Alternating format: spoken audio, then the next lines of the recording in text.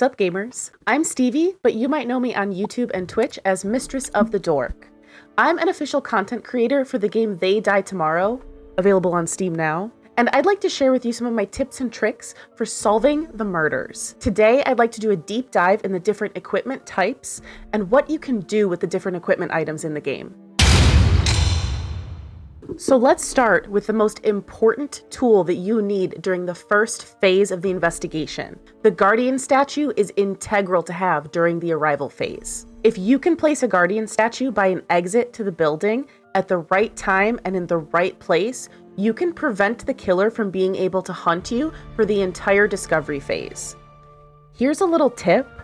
The killer usually enters the map during the last 15 seconds of the arrival phase. So if you can have your Guardian statues covering all of your exits before that time, you'll be safe for the entire duration of the discovery phase.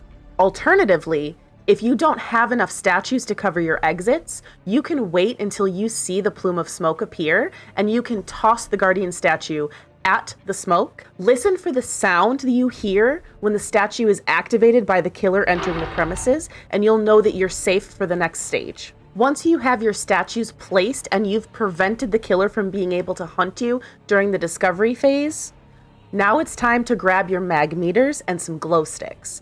The mag meters can sense magnetic readings that are caused by evidence locations.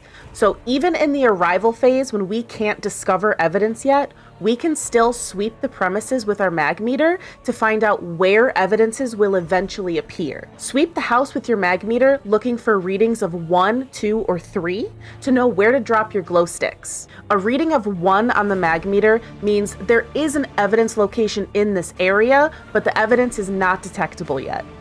A reading of 2 on your mag meter means there is an evidence location nearby, and it would be detectable by evidence items, so you can start sweeping. A reading of 3 on the mag meter means you are right on top of an evidence location, and it is detectable by your evidence items. So grab your equipment and get to sweeping. My favorite strategy is to bring a mag meter in right when I'm bringing in my Guardian statues immediately upon entering the map, so that I can start to sweep the house as soon as possible to get an idea where that equipment's going to be necessary. You've made it through the arrival phase, you've swept the house with your mag meter, and you've dropped glow sticks in all of the pertinent areas of the map. Now it's the discovery phase. Let's grab our evidence tools and start sweeping the area and see if we can discover which evidences are going to be available on this map.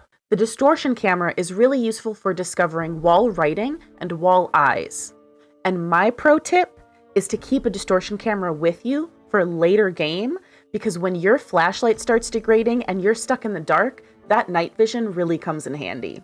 The dimensional speaker is used to observe speech-related evidence in the area, but also speech behaviors. So this is a great one to use early in the game. You can discover the speech crying and the speech laughing evidence types, but you can also use it to aid you in understanding what behaviors you could be observing.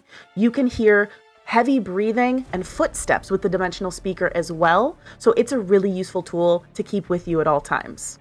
The metal detector is a useful tool for uncovering weaponry evidence items like the gun or the knives. This tool works on proximity, so when you start to get a reading on your metal detector, keep searching for the strongest signal and something just might appear. The thermal video camera can locate evidence that would glow orange or yellow from recent exposure to the killer's body heat, or it can also detect drawn symbols that can be found on floors, windows, and doors. We're familiar with using UV lights in investigative horror games, but this UV light works a little bit differently. Make sure you're sweeping the area, but stay close to where you got the highest reading on that mag meter to make sure you can uncover the blood evidence. There's also equipment in this game that you can use for more than just collecting evidences. You can win an entire contract with just a memento lore finder alone.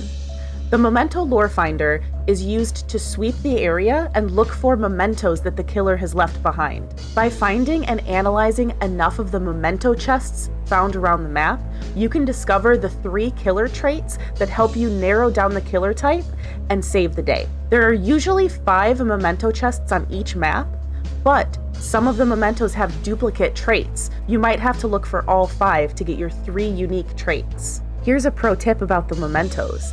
The memento lore finder will only analyze a memento while you're inside the building. You can also only pick up one memento chest at a time, and there is a cooldown in between chests. If you see a chest and you've just picked one up, you might want to come back to it later, because if you're found hovering in one area, the killer will find you. Of course, when you're trying to track down a killer, you run the risk of a light stabbing once in a while, so keep medkits on you to patch yourself up so you don't end up bleeding out all over the crime scene.